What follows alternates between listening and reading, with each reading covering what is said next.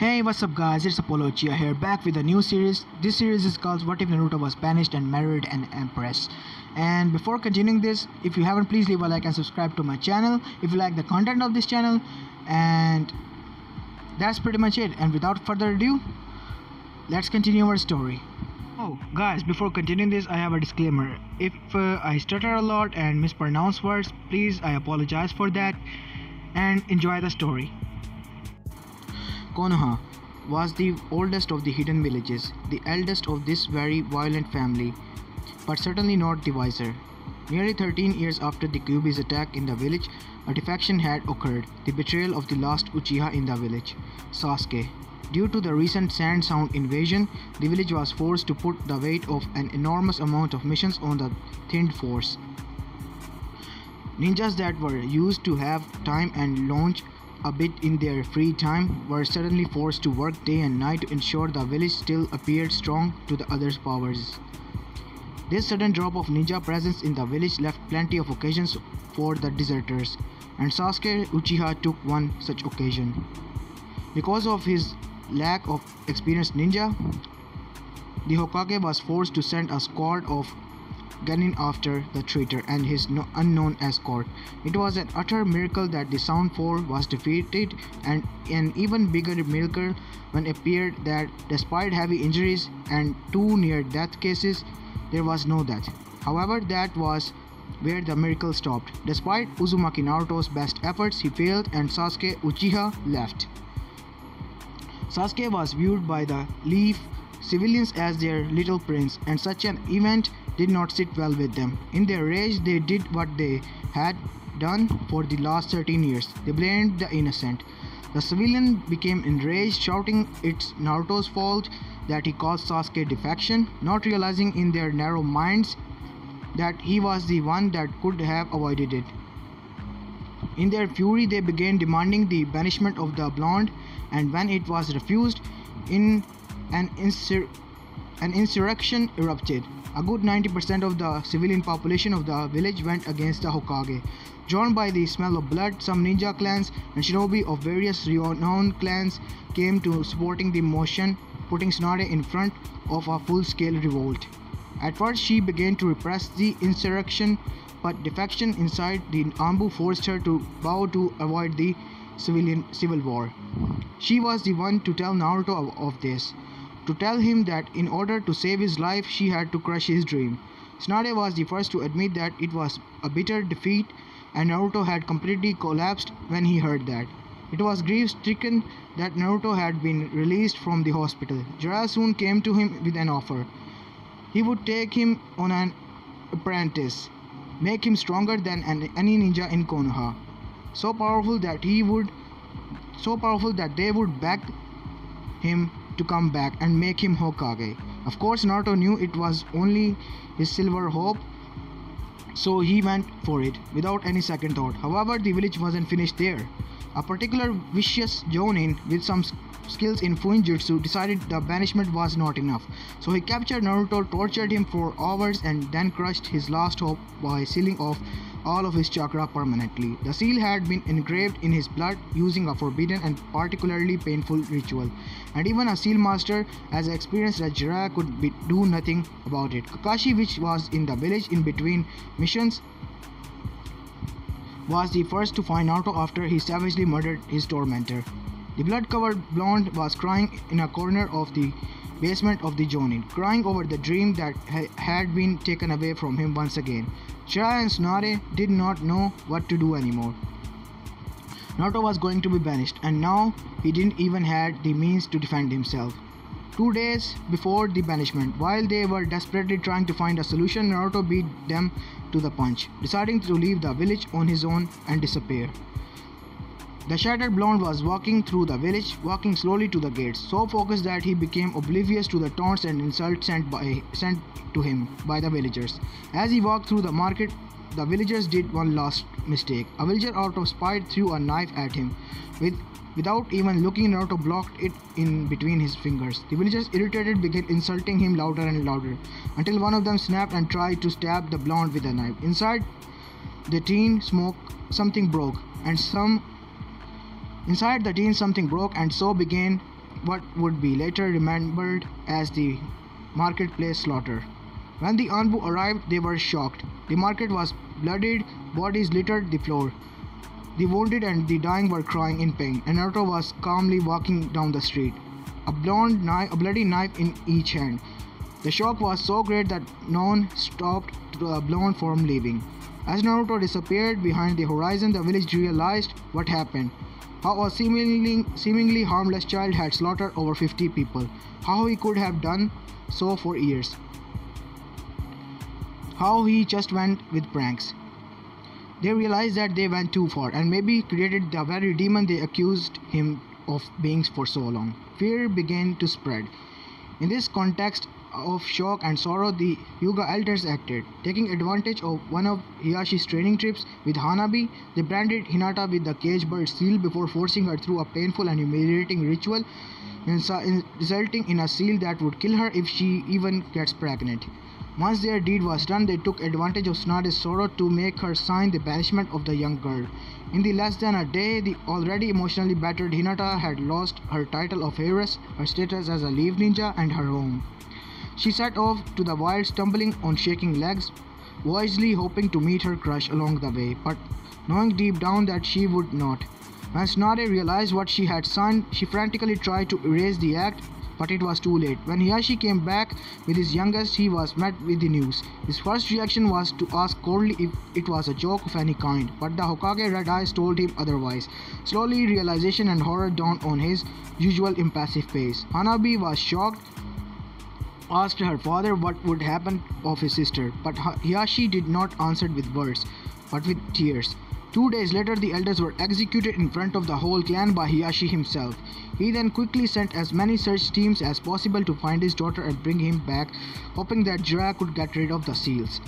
At least, the degrading seal that prevented her from getting birth, but it was quickly revealed that the girl had, for all intent, disappeared. Roughly at the same time, Intaki, 13-year-old and pale green hair, was driven out of the village by a mob of villagers. Civilians and ninjas alike, her one crime was to be the container of Shichibi, and because of that she was hunted down. It was sadly quite a common occurrence in her life. They would at first attack her small house, breaking the windows and furniture, damaging the walls and such. Then they would hurt her to the outskirts of the village. They would hunt her to the outskirts of the village, where she would wait for a few days to then go back.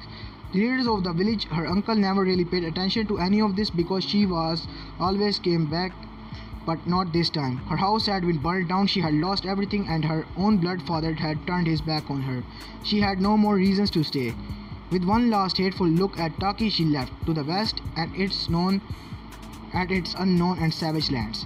Link break. The night had fallen on the palace, engulfing the throne room in dreadful shadows. A man stood there with 8 guards around him. Frightened, he was not afraid of the guards, but of the shadowy figures sitting on the throne, on their feet visible. You can't do this. You can't. I'll have you killed if you even dare to think of that, threatened the man, but it was for naught. His voice too laced with fear, the person on the throne made a motion of their tiny, delicate hand, and the 3 corpses fell from the ceilings. The man was now visibly shaking. No, I'll give you my belt. I can give you anything. Even you must need things. The sound of snapping fingers was his only answer as a guard drew his blades. I don't want to die. For the first and last time, the man heard the voice belonging to the occupant of the throne, strangely calm and gentle, but laced with overwhelming authority. I am an empress, and my word is law. A sword cut through the night, and silence fell on the palace again. Link break. Naruto was sitting looking at the ocean like he so often did during the last 6 years, his memory passing before his eyes. After his painful banishment and last act of violence, he went to Wave and settled there. Of course, the country had been enraged with the way Konoha treated their hero, and reacted accordingly by shutting all trade agreements with Konoha and severely reducing their trade with Fire Country. The entire country stood by his side, never moving, not even when he revealed everything about the QB. The argument had been closed when Tazuna bellowed that demons don't help people. With Wave's newfound freedom came a little bit more of comfort. During one of his afternoons at the port helping the fishers, Naruto asked one of them why they didn't trade the countries other than fire countries, since they were ideally placed to reach tea, lightning and water country. This led to the council from the mayors of the country and then the creation of a trade port to test the idea. Within the first month, the port had been flooded and money had flown into the country as it evolved into a trade platform of great importance. With the money came luxuries the country could not afford before. Like large library, Naruto had spent all of his free time in the library doing something he never did in the life, learning. During his years, he had accumulated an impressive sum of knowledge. People began to come to seek advice 3 years after he left Konoha, and he had seen quite a lot of people, envoys from several curious daimyos, traders, and even his former teammate Sasuke. The blonde smiled amusedly, thinking of their two meetings. The first was soon after he killed the snake that trained him, and the Avenger did ask for any advice. And the second had been soon after he learned the truth on his brother, and this time he did seek his advice. The true leader of the Akatsuki went to him to capture him, he said, and selenically offered him the occasion to advise him. He had exposed his plan, expecting the usual moral arguments, but Naruto had moved past the point where his arguments were fully moral. He had calmly explained why his plan was useless, how it would only delay the wars, how it would bring unnecessary and useless pain to the world, how his inheritors would fight over the power left behind him. The masked man grew more and more fierce, trying to defend his idea, only to see it methodically shot down. In the end, he left, defeated and delusional. His only determination left being to tell Sasuke the truth and die by his hand. Before he left, he gave Naruto a present that he didn't await it anymore. The name of his parents. The information left him up moping around for some time, but in the end he got over it and went on with his life. Soon after, Sasuke came to see him again. He was lost. He didn't know who to hate or what to do anymore. He told his former friend everything, how his clan betrayed Konoha and how Itachi killed them to save the village. Naruto answered was to find Itachi, talk to him and maybe find a way to bring him back to Konoha, while clearing his name, but he warned Sasuke that it would be at the cost of his clan's honor. 3 months later, Sasuke had surrendered to Konoha and revealed everything of the Uchiha revolt. Itachi had been called back, decorated for his services going beyond what could be normally asked, and due to the population pressure, Sasuke had only been condemned to 2 years of jail. Soon after he had surrendered, Tsunade and Jiraiya came to see Naruto with those of the rookies that did not thought ill of him and were free. After the QB issued had been made public knowledge, they were a handful. Shino didn't speak much, but what he said was meaningful. Lee had been an exuberant as he remembered him to be. Neji had been warmer than anyone would have thought, and surprisingly Shikamaru had been quite excited to see him again. Among those that weren't there, Choji didn't exactly knew what to think of him anymore. Sakura was too ashamed to see him. Tenten didn't really knew him. Ino was completely freaked out by the QB. As for Kiba, he was putting the responsibility for Hinata's banishment on the blonde's shoulder. Thinking that the Hyuga's heiress, Naruto felt his old heartache came back. Even in Wave, he had heard of the banishment of the Hyuga heirs and had quickly set off to find her. 3 months of intense research had led to nothing, and when he came back he was crying softly. Only then had he learned she had been banished for standing up for him. It was still something he would cry over. Feeling a presence behind him, Naruto looked above his shoulder curiously before smiling warmly at the Iwanin. Namikaze-sama, Tsuchikage-sama and Traikage-sama are waiting for you. Oh, come on, Ryu-san. I've already told you, no need to go with the sama thingy. I'm just an eremit. Yet you already avoided a major conflict and 2 minor wars. Yeah, that. Oh well, let's go. San is not the most patient guy ever. And it's worse, when B is around. Getting up, Naruto dusted his beige coat. Underneath it, he wore a dark blue kimono and black sandals. His hair had grown wilder with the years, showing more his linkage. The two men began walking towards the town hall where the two Kages were waiting for Naruto. It had been quite a surprise to the blonde when the Raikage had sent an envoy asking for his mediation during a political conflict with its Tsuchikage, and even more of surprise when Oniki had accepted while it was evident his father was the Yellow Flash. In the end, everything worked out fine and a bloody conflict was avoided. Following this, several small villages asked him to do the same, and Naruto managed to avoid some more wars. Right now, Naruto had been asked to be the witness of the peace treaty between Kumo and Iwa, an achievement he was very proud of. As he came inside the building, he had the pleasing surprise to see that A and Oniki were talking together, mostly complaining about paperwork, while in a corner Kotsuchi was shamelessly messing with a Kumo Jonin. Seeing the blonde was there, the two leaders stopped talking and smiled contentedly at him. "Ah, so you finally decided to join us. Tired of watching the sea?" "Never. But if I left you two unattended, you would probably come up with some evil plan to get rid of the world's paperwork." "And how is that evil?" "Don't know, but I'm sure you could make it evil." A burst out in laughter, slamming a hand on Naruto's back, who didn't even flinch. "All right, Kamikaze, ready to sign your first peace treaty?"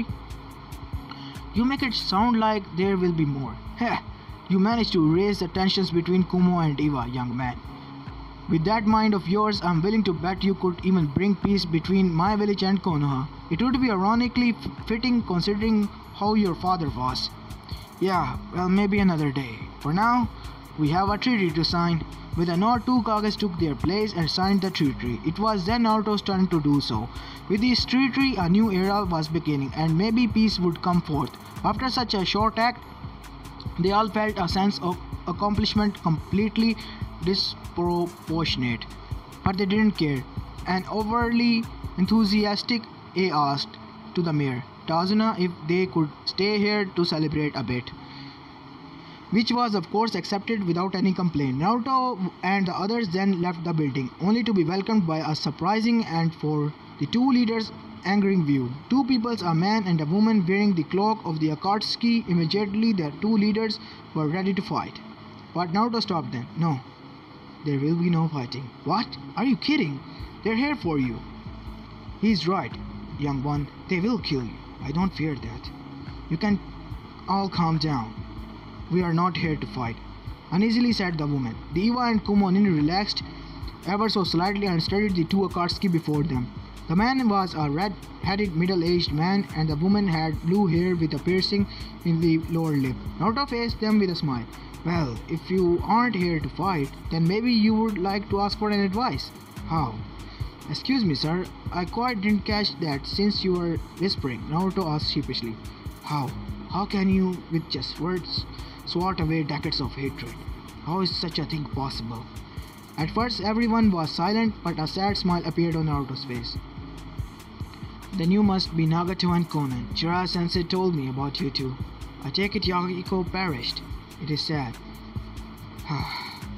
"Such a question cannot be answered quickly. Come, well, we will be more at ease to talk around a cup of tea, but I must ask one last thing." Turning to the two leaders with hope in his eyes, the blonde asked the question he ever asked when either of them came nearby.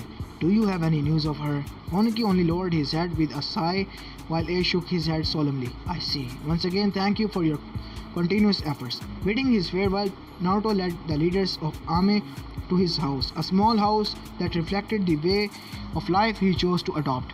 Sitting them at the table, he quickly prepared some tea before bringing the answers to their questions. When they left the next morning, Nagato was humbled in many ways. While the Akatsuki leaders were crossing the bridge, Naruto saw a familiar silhouette towards him. Sending a surprised glance at the two Ame Nin and returning an uneasy greeting, the black-haired Konoha Jonin continued on his way. Sasuke had changed a lot, and that was seen in both his attitudes and clothing. He was now wearing proudly his Konoha flag jacket, a black Haori bearing the Uchiha crest, on his back above it and a sword strapped onto his back. As he reached Naruto, he greeted him with a warm yet hesitant smile. Naruto. Sasuke. I think I know why you're here. You want me to go back to Konoha? Yes, it's your home after all. You belong there. No, I don't. The village has insulted me, ridiculed me, tortured me, and broken my once dream. Twice. And now that my father's name is known, they want me to go back. No. Besides, here I can make the difference. I can bring peace. Are you sure? Hell yeah. Just yesterday I signed a peace treaty between Eva and Kumo. Isn't that awesome? Asked Naruto with one of his biggest grins. It will forever be beyond me how you can swing from dead serious to overly happy just in a second. But that wasn't not what I meant. I know. But I will stand by my decision. My friends know where to find me, and they can come whenever they want. Even Kiba can come. It was to break my face, but oh well, I always heal fast. Is there any way to make you change your mind? Tell me Hinata is back in Konoha, and I might change my mind, said Naruto looking away. That's not funny. That's not a joke. Seeing his friend's seriousness, Sasuke had dropped. Naruto. Nobody heard of her in 6 years. And she wasn't the strongest one of us. I know it's hard to accept, but she probably is dead. I know. And you will let that hold you back? That's not the Naruto I know. That Naruto died 6 years ago. Do you really think you could know the new one without barely 3 meetings? One thing is for sure, you changed. Yeah. Oh, but where are my manners? You never had any. Well, that changed too. Come on, let's go to my house. Naruto led the Uchiha to his house, lightly talking, keeping their minds distracted along the way. Link break. Far from there to the west, in the capital of a young empire, a blue-haired beauty awoke to the peaceful face of her mint-haired lover. Like her, she was from the east and had been thrown out of one of the hidden villages. They formed one of the most unlikely couples, the strong-willed container and the once Mickey heiress. But Hinata was far past that point. Her banishment had made her bitter, her inability to bear life making her even angrier. She had met Fu on the way to the west, and they became friends due to shared pain and the fact Hinata didn't care about Fu's Biju. They grew closer in the west, and quickly an objective came to their minds: unify the lands to help its people. For 4 years they had battled the warlords that ruled these lands and had won many victories, until finally an empire was born. Fu was the first general, and an exceptional one at that. She knew how to motivate the troops while still being able to negotiate a treaty on the fly. Hinata, on the other hand, was the real leader. She was the initiator of the unification war, and many battles had been avoided when her voice rang. She was told to be able to bend even the most stubborn to her will with words alone. She had an incredible talent to manage complex tasks. During the war, Fu and Hinata had grown even closer until they became lovers. It was after an awfully bloody battle Fu was depressed, and Hinata had tried to comfort her. After Fu's cries died down, they had stayed looking at each other's eyes for several minutes before kissing softly. Since then, they stood at each other's side, supporting their lovers and unshakably faith. The young empire prospered under Hinata's rule, and peace was reigning over the land. Now it was time to look to the east once more, to look for her old crush, and maybe see if he could be more. Fu knew that Hinata's feelings for him was still strong. Hinata had confessed it herself to her, but she didn't mind. As long as Hinata still loved her, she was willing to share. Soon, Naruto-kun. Soon. With a smile, Hinata concentrated once again on her beloved Fu. As always, they had slipped under the silk of the sheets, naked, enjoying the touch of the soft material against their bodies. Besides, it allowed for some morning fun. Like right now, with a mischievous smile, Hinata began to fondle one of Fu's breasts, while her other hand went to grope the girl's backside, earning a soft moan as an answer as Hinata continued to caress her lover. She began to kiss the tan skin of her lover beginning with the neck before slowly going down until she reached the Jinchuriki's chest. There she stopped for some time, kissing lovingly the right mouth while caressing the left. Meanwhile, her left hand was slowly making its way to Fu's womanhood, feeling the and hearing her arousal along the way. To Hinata's ears, her lover moans and pants were music. Finally coming out of her dreams and into the blissful reality, Fu began to stare, moaning a bit more loudly as her hands traveled to Hinata's head, caressing her hair lovingly. You sure know how to wake me up, love. Oh, you're awake, but I'm not done, purred Hinata. Let's pretend I'm still sleeping, okay? With a soft giggle, Hinata went back to caressing the girl's body, leaving the chest to slowly go further down, her head slowly disappearing under the sheets as her left hand came back to please the womanhood. After a few moments, Fu took a sharp intake of air, moaning now more loudly than before, spasms of pleasure coursing through her body as her chest began to rise faster and more erratically, and her hips began to buck on their own accord while her back was arcing. Hinata slowly and lovingly led Fu to the brink of her release, keeping her there for a long time, making the usual breakable general putty in her hands. After what seemed like her hours of sweet torture, Hinata finally allowed Fu to reach her peak, making the mint-haired woman moan loudly in pleasure. Coming out of her under the sheets, Hinata slowly kissed her way up Fu's body, stopping at her lips as their bodies melted against each other, their chests pressed together and their hands roaming to the backs of their lover. Finally pulling out of the kiss, a very flushed and panting Fu looked at Hinata. Maybe we should take it to the shower, to avoid ruining the sheets. With a smile, Hinata kissed her lover and, still kissing her, led to the shower. After they were done with playing around in hot water, imperial couple left the comfort of their apartment and walked to Hinata's office. The empress was clothed in a simple dark blue yukata embroidered with a golden dragon and low-heeled sandals, while her consort was wearing black cargo pants, a dark green armor on her chest, above a black shirt, a dark orange houri with golden rings on her shoulders, and in the middle of her back, dark green forearms protections. To go with her armor and reinforced low-heeled sandals, as she grew, Hinata had let her hair grow, and they were now flowing past her waist, two shouldering strands forming her face.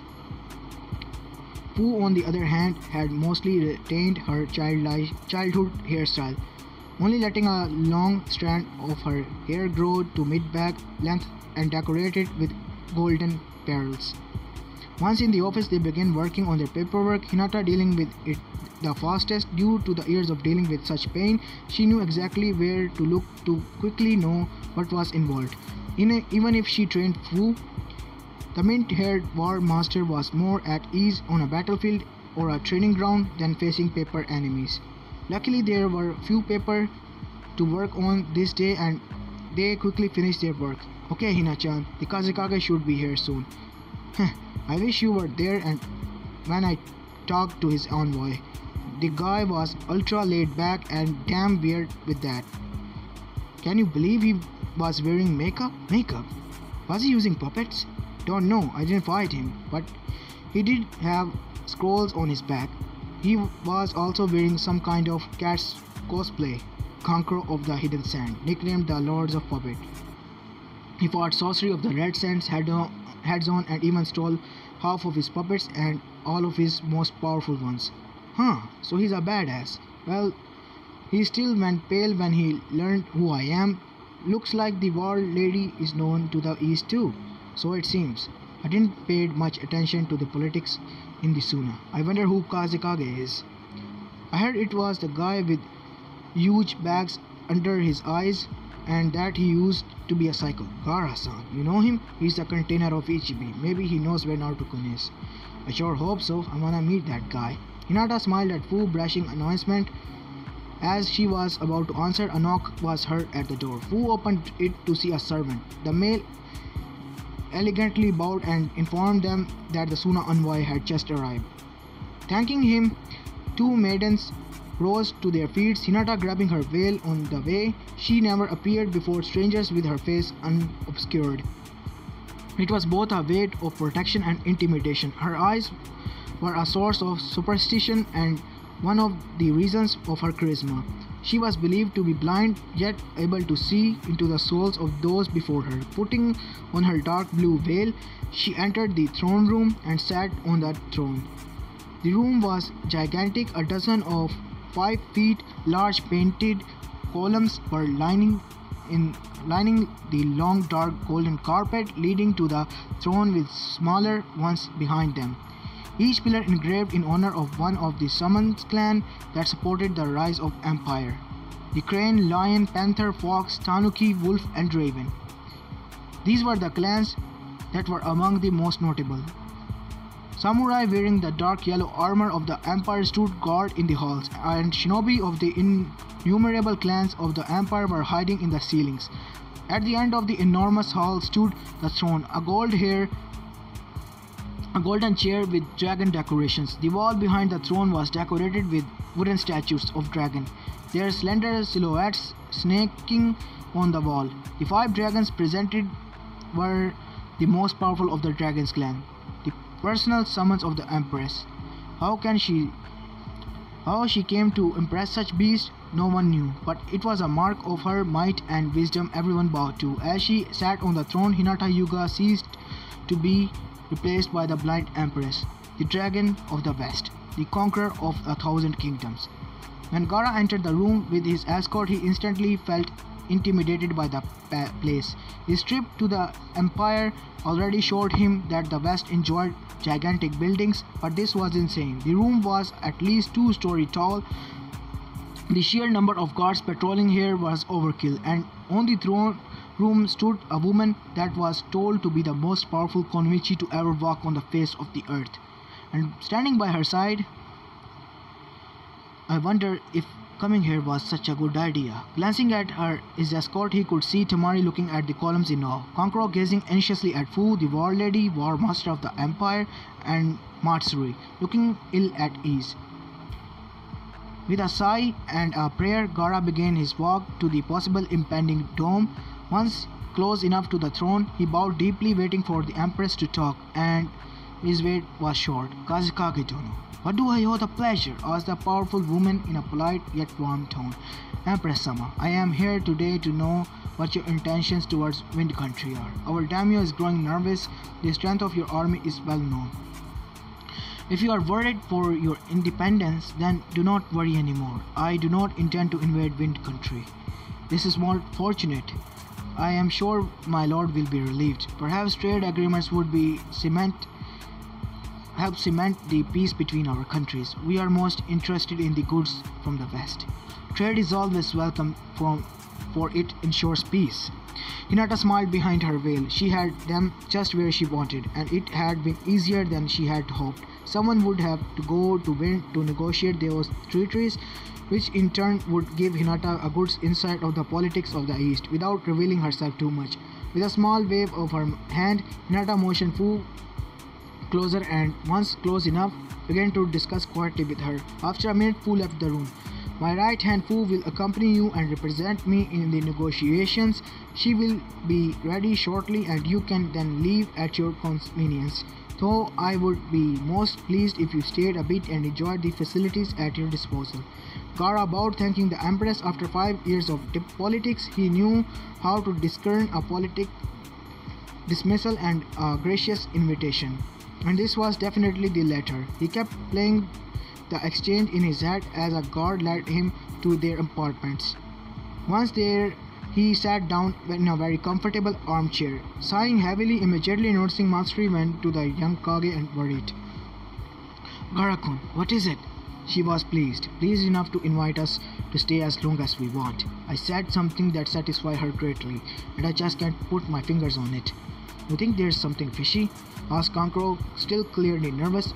I'd be careful with these guys. I heard the Empress can summon dragons, and that the war lady managed to defeat Fano in the duel. That's a show of power, not of subtlety, remarked Timari. Is there any other thing we should be wary of? Yeah, sis, there is. The Empress sending us a Jinchuriki that is actually in good terms with her Biju. She can take the Shichibi's form anytime she wants, if our reports are accurate. Oh, that's bad. But she is supposed to be she's supposed to be there to negotiate a territory, right? What would be the point of lying on that? If they want to invade us, wouldn't they first try to intimidate us into giving in? That they would, said Gara. The Empress wants this treaty, but not for trade alone. Could it be she is interested in the East? But if so, why not directly invade us? Perhaps it is knowledge she seeks in any way. I don't think we have to worry about the war. My instincts tell me she has nothing against the Sand. She will leave us at peace. At first, at least for now, that is. We might as well do what she said. Enjoy the facilities. I saw a fine restaurant on the way. Would you like to try it, Matsuri? Oh, I would love it, answered a blushing and smiling Matsuri. Gara let a rare smile spread on his face as he offered his arm to the woman and began to lead her away. Well, I'm gonna see if they have hot springs. With that, Tamari took her leave. Might as well see what they have to eat. And with that, Kankro left the room as well. Chapter 2. The Suna delegation stayed in the Empire for 3 days before beginning their journey back to the Sand with Fu and an escort for the best soldiers of the Empire. There were 4 soldiers with Fu, 1 man and 3 women, all bearing the crest of the Empire, a coiled dragon on the Empire armor. This of course made Kankro very nervous, especially considering that Fu and her escorts weren't talking much.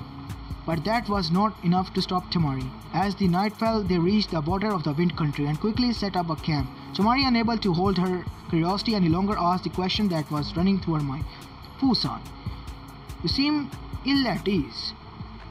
Is something bothering you? This instantly made Kara cringe, fearing that the war lady would feel insulted by the lack of respectful honorifics. Instead, Fu just looked at a little more pissed. You kidding me? Of course there's something bothering me. While I'm away, I can't be with my girl. Your girl? Asked Tamari, lost between amusement and surprise. A gigantic grin began to spread on Fu's face. Yeah, the hot lady on the shiny chair. At this, all Suna ninjas stopped, looking at the mint-haired girl with shock written on their faces. Even Gara had lost impassibility as nervousness began to take him over. She's the Empress lover. If anything happens to her, I'm losing my head. What next? She's going to stay. She's here to abduct someone. Matsuri, who was finally coming out of her shock, began to think back to what Gara had said to her in a few days earlier. Fu-sama, chill out, girlie. I'm not so formal. Very well. Fu-san, Empress-sama could have sent anyone of some trust to negotiate such treaty. If it's not asking too much, could you tell us why she sent you instead? Simple, kiddo. My hottie of an empress knows someone that was suspect is in the east. So I'm going to look around. If I find something on the guy and I'll see him, I'll jump him, tie him up and bring him back to the Empire so we can have our way with him for a full freaking week. Matsuri and Tamari quickly blushed a deep shade of red. Kara face palmed, chastising himself for asking it while Kankro muttered, lucky bastard. Meanwhile, Fu troops were laughing slightly, clearly used to their leader's antics. Matsuri finally registered how she had been called. Answered back slightly irritated. I'm not a kid. To everyone's surprise, Fu's expression went from an amused grin to a much more subdued one. Have you already had to kill 2,000 men to ensure peace? Matsuri, shocked, could only shake her head. Fu, with a faint and tired smile, looked at her. See? You still got some of your innocence, so you're still a kid, and I hope you never lose it completely, because there's no going back. Silence settled on the camp. Of course, the Suna ninjas knew some veterans of the past wars, but they couldn't really relate much to them, and here before them was a woman no older than them that went through the horrors of war, and far worse, it was unsettling. To say the least, Tamari wished to change subject and went back to what Fu had said. And the guy you're looking for, do you have a name or something? Maybe we can help. No offense, but we're not allies yet. Besides, that would give way too much leverage on the empress. Add to it the fact that our guy was a tad bit wanted last time my girl heard of him. I'm sure you can understand why I don't really want to talk about him openly. Now Fu was a bit bitter but still way more collected than she used to be. What do you mean, wanted? Is he a criminal? Asked Matsuri, now wondering why the Empress would know such an individual. No, not in the least. Even if for some crime, his very existence was a crime. At this, Kara immediately tensed. He's a Jinchuriki, just like the two of us, isn't he? Fu barely nodded. It was the last time she talked that night as she lost herself in the thoughts. Link break. The wind daimyo was shifting uneasily on his seat. Seated in front of him was a Fu, smiling as ever with a dangerous spark of mischievousness glowing in her eyes. The man hoped for a trade agreement, but he was not prepared to meet an envoy from the Empire as soon, and the woman across from him was fully aware of that. The funniest of it all was that he had Gara to thank for putting him in such an uncomfortable position since he accomplished his mission. Finally deciding to act, the daimyo turned towards his military counterpart. Thank you, Kazekage Donald. You did very well. I will not hold you here any longer, as I am sure you are very busy taking care of Suna. Gara knew of the dismissal when he heard one, and this was one of the coldest he ever heard. But then again, this man wouldn't be nothing without the constant work of his troops. With a polite bow, Gara left the room. Turning back to his guest, the feudal lord noticed that her expression had shifted to annoyance. You know, if you treat your troops that way, they're bound to turn against you. Maybe you should take a few lessons in management. The daimyo sat there bewildered before growing very cold. You should learn some respect, girl. Be sure that I will mention your behavior to the Empress. At this, to his dismay, her smile came back wider. Well, don't mind me. Feel free to do so. She'll forgive me after some hot, sweaty fun, said Fu, almost pouring the last part. Hearing that, first reaction was to look at her with saucer-sized eyes. Then the implication dawned on him, and a look of horror made its way on his face. She's the Empress' lover. With such a relation, she could get away with anything. It was at this point Fu decided she had enough of fun, and that was the time she got down to business. Alright, I'm here to negotiate trade agreements, so let's get with it. First, I'll need to know exactly what can be sold between our countries. You know, the usual. Raw materials, craft products, those things. Next, I need to know the average price, and eventually we will have to set up the trade taxes, determine the trading routes, and building the necessary infrastructures. Wait, why are you looking so lost? Oh boy, this is going to take longer than I thought. Do you at least have a counselor that knows something of trading? The daimyo, relieved to find a cue to discharge the affair on someone else's shoulder, quickly sent for his advisors before excusing himself to go administrate his country. As three advisors sat in front of Fu, Fu took a deep breath and before diving into a sea of information. To the container's dismay, the three old idiots were constantly beating around the bush for a straightforward girl like Fu. It was infuriating, and after a while she snapped. Enough! Can't you people just get to the point? So far all you told me is that you have a lot of freaking sand and some exotic fruits. Just cut to the crap and speak, damn it. I'm half-tempered to declare war on this oversized beach just to make you shut the fuck up. The three immediately began to panic, two of them frantically trying to calm her down, while the third went to his lord in an all-out panic. Soon after, the feudal lord came back with his advisors looking just as panicked and began his clumsy attempts to calm the imperial envoy. Through this all, Fu just remained in her seat with a blank face. Finally, as the four men stopped to catch their breaths, she stood up, informed her host that she would retire for the night, left the room, and settled down in the room that had been prepared for her. After a short while, a howl of laughter escaped her room, shaking the whole place. During a whole week, Fu had tried to obtain more information on the Wind Country exportable products, but it looked like the first day had made them overly cautious and even slower. It was infuriating. The longer she was trapped there, the longer she would be away from Hinata, and she knew she'd never find an intelligence on the Uzumaki her lover wanted so much to know about. Finally, after a week, her salvation arrived. The fire daimyo came for a diplomatic visit. It was a wonderful chance to take her mind off her frustration, and she was not about to pass it up. Link break. Sasuke stood at the ready in front of Konoha's extended council. Normally, only the most important and experienced shinobi would gather, but since it was an extremely important affair for the whole village, Tsunade has permitted the civilians to attend too. They all sat in an eerie silence, waiting for Sasuke to report, hoping for the best, but knowing that he had failed. Finally, breaking the silence, the Hokage spoke. So, he refused. Sighs of sadness were heard. Some gritted their teeth. Tsunade was at loss of words, but she seemed to know it. But why? Doesn't he want to be Hokage?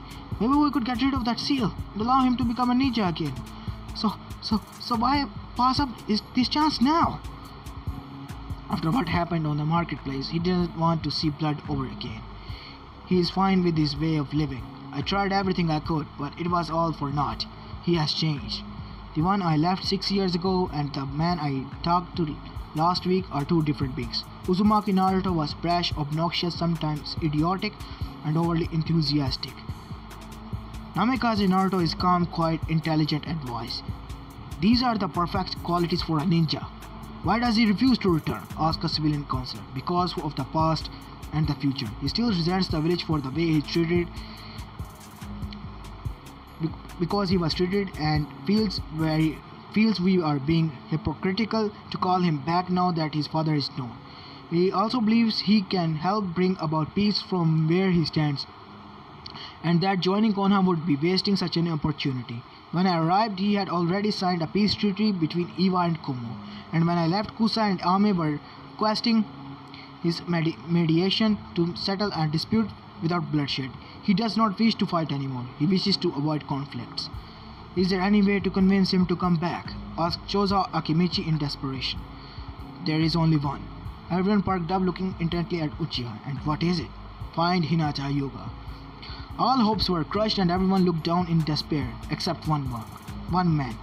Has he any information on the possible whereabouts of my daughter? I do not know, Hiyashi-sama. Very well.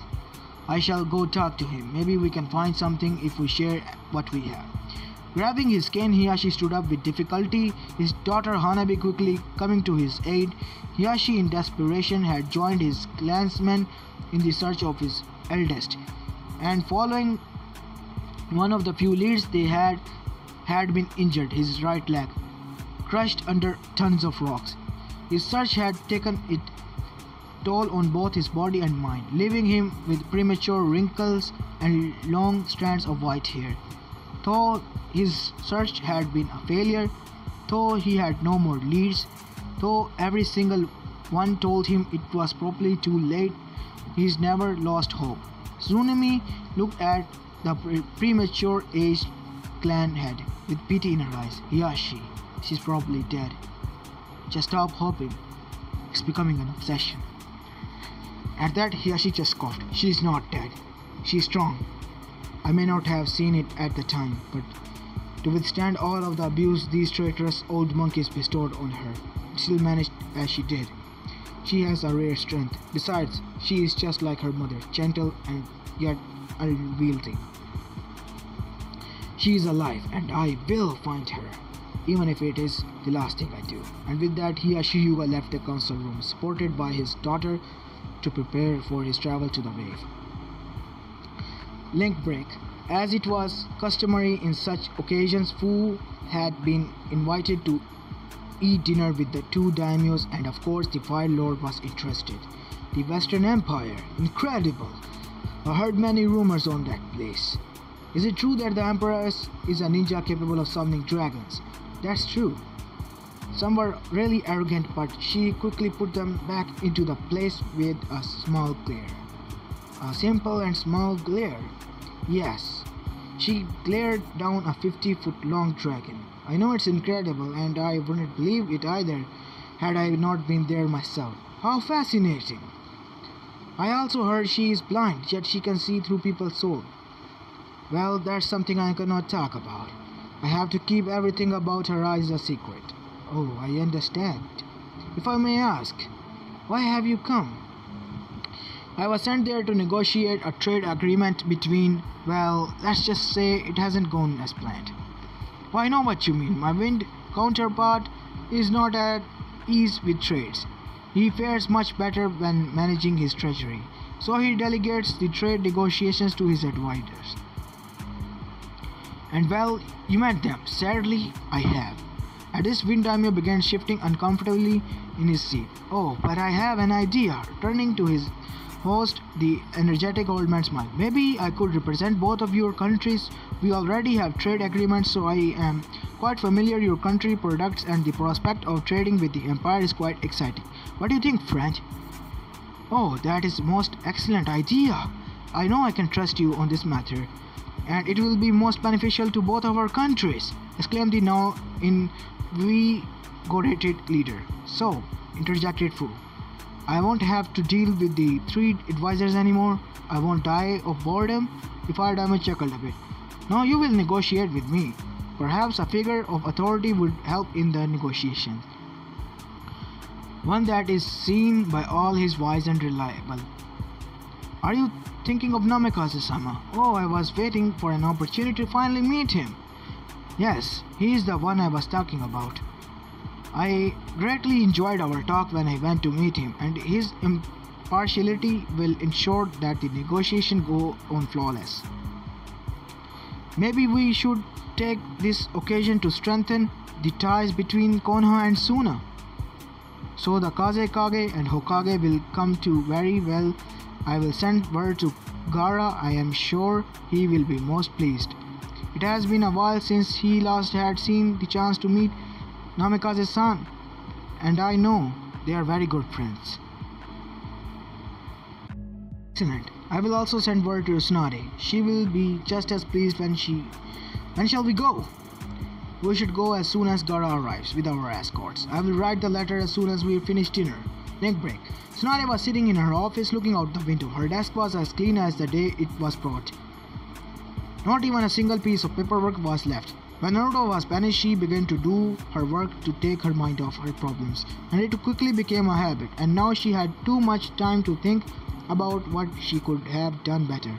She had finished her paperwork 2 hours ago and was looking since then at the village. A village she didn't see anymore. Everyone knew she was empty, no more than a shell slowly waiting to die. Guilt was plaguing her since she was forced to banish Naruto.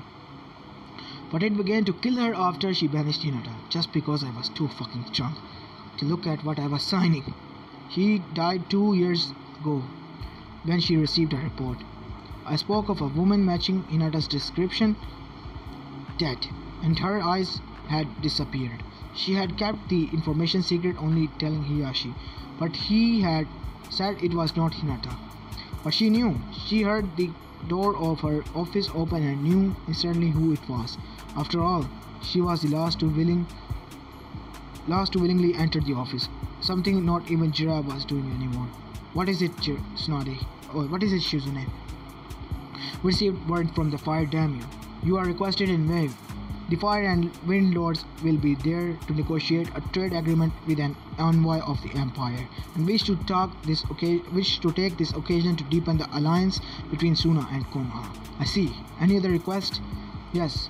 The message said to bring along representation from our major clans. I see. I will prepare them. Tsunade-sensei, will you please tell me what's eating you? It's been 2 years. No. You should go. Take your day off. Without another word, the Hokage got up and disappeared in swirls of leaf. Link break. Naruto expected many visitors, ambassadors, mercenaries, repentant criminals, even some feudal lords, but not Hiyashi Yuga. His very presence brought back the guilt he felt, and he couldn't bring himself to meet his eyes. The tea was now on a table, but no words were uttered.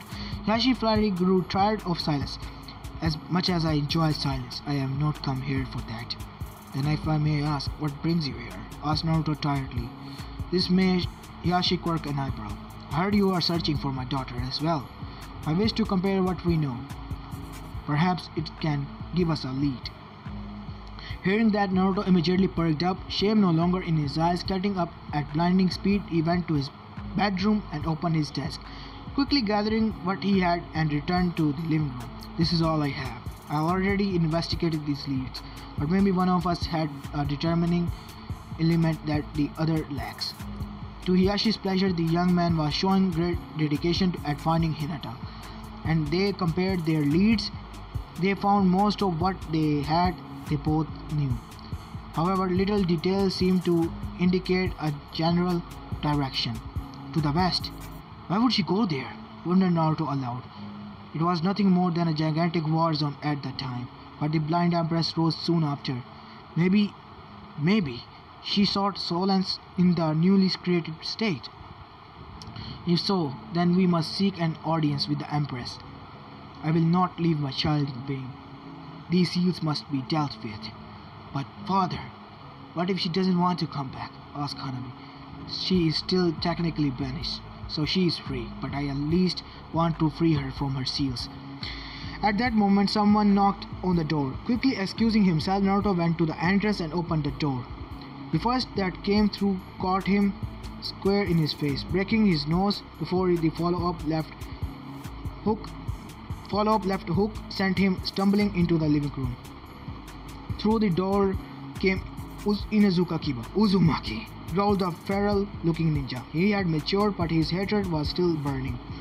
Gone was the jacket of his childhood. He was now wearing black pants and sandals. The Konoha flake jacket with fur added to the collar and shoulders. His arms left exposed.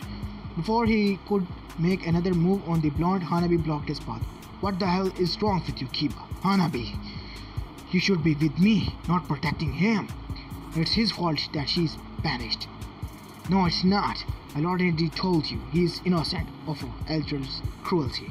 Before Kiba could retort, he was suddenly jerked back, taking a fist to the face by an angry Sakura.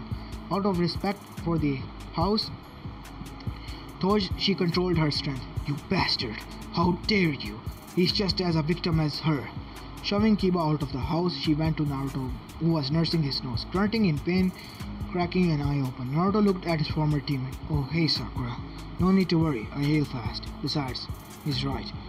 No, he's not. It's not your fault.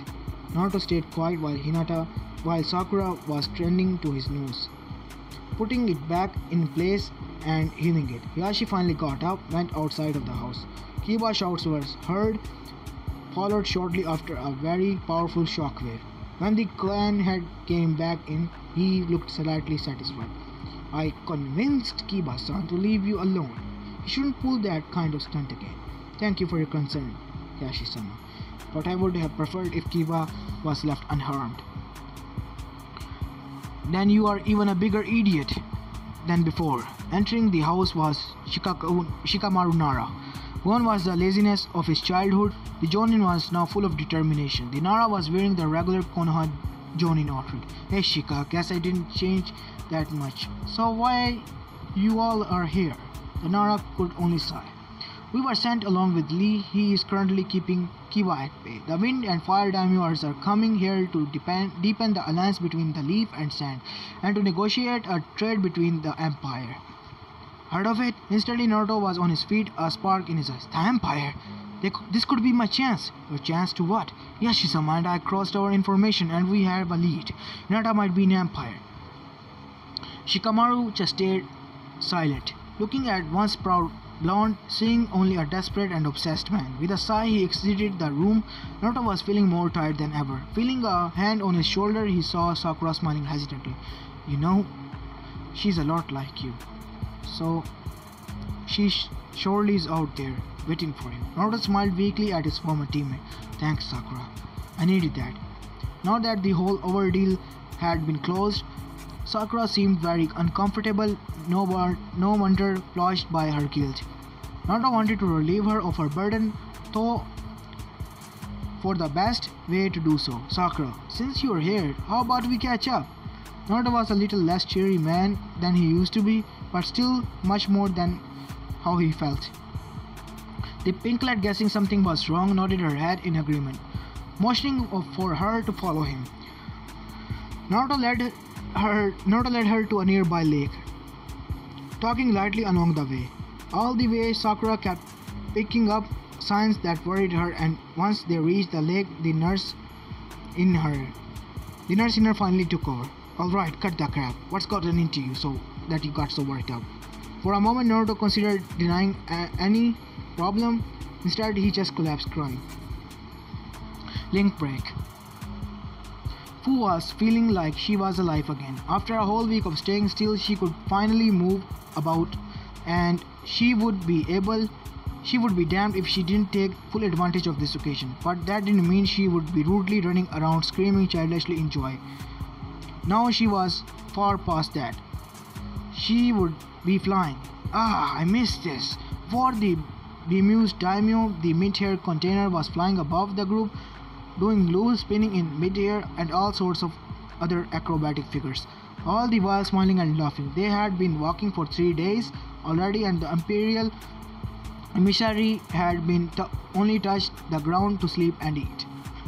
So it came quite as a surprise when they saw her land and began to walk normally. The fire daimyo curiously decided to inquire as to reasons of this sudden change. Fu-san, why are you suddenly landing, and are you feeling alright? Oh yeah, no problem, I'm fine.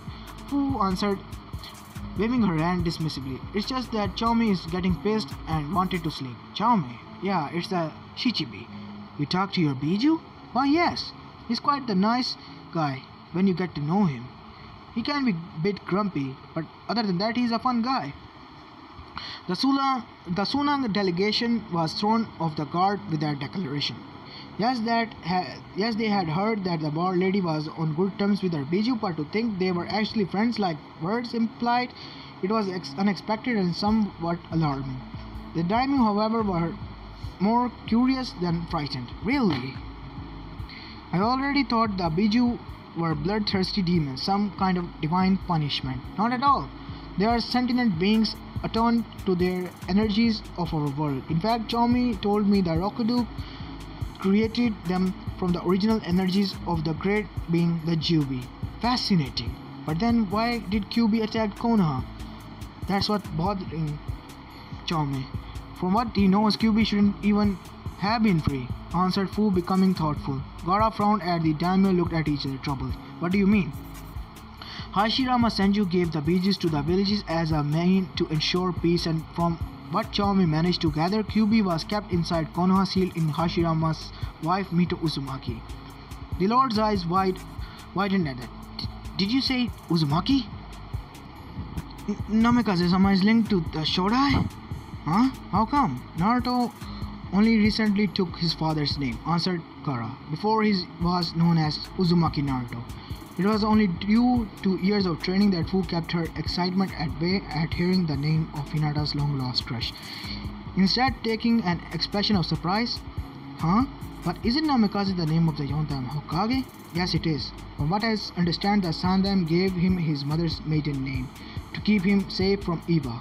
But if he is from Konoha, then how come I trust him not to be partial then? At this, the first fire daimyo lowered his head. Gaara clenched slightly his fist, and all of the Suna delegation showed various levels of anger and coldness. Yes, go with it.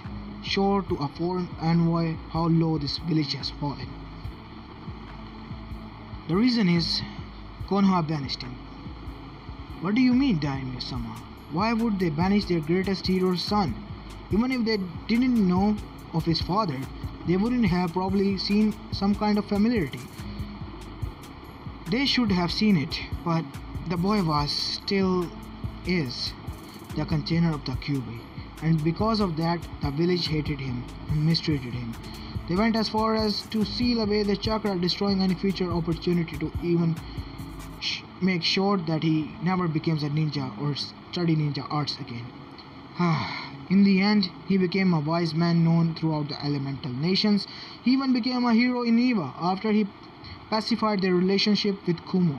He even brought these two villages to assign a peace treaty. Wow, sound impressive. At least I'll be able to relate to him. You know, the container stick together thingy, just to know where the guy lives in a small island nation. Wave. From what I gather, when he was still in Ganin of Konoha, he and his team saved them from slavery at the hands of a corrupt businessman named Gato. He was so revered there that they even gave the name to the bridge that connected the island to the mainland. When he had vanished, they took him in. Not caring for Kyuubi? No, they didn't care. These people are truly admirable. Indeed. When shall we arrive? If we keep this pace, in less than a week, by now Tsunade should be in Babe along with the heads of main clans in Konoha and their heirs. I see. He may want to know about it.